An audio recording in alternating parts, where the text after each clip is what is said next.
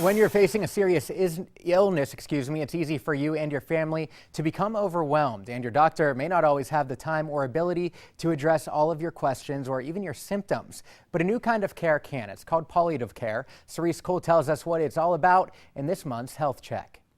Vern Gibson is moving around fine now, but last year a tumor in his back left him in excruciating pain. To the point of I could hardly walk. Getting out of bed in the morning was tough.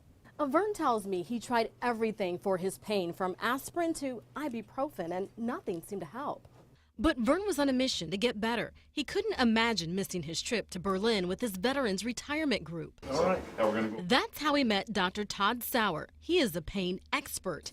He's also the medical director of Fremont Health Palliative Care. The most common symptoms we help with are pain and shortness of breath. Palliative care also helps patients suffering from everything from nausea to confusion. It also helps them make important health decisions. Unfortunately, doctors and patients just don't have the time together that they need sometimes for serious illness discussions, and our service has that time that patients need to spend with them.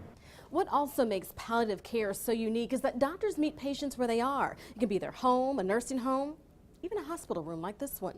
We help them get more comfortable, have a higher quality of life, and people often are very grateful. Vern sure was.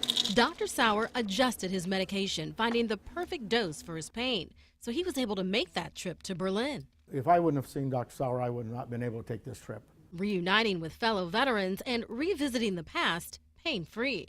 In Fremont with photographer Phil Hassenkamp, Serese, WOWT 6 News.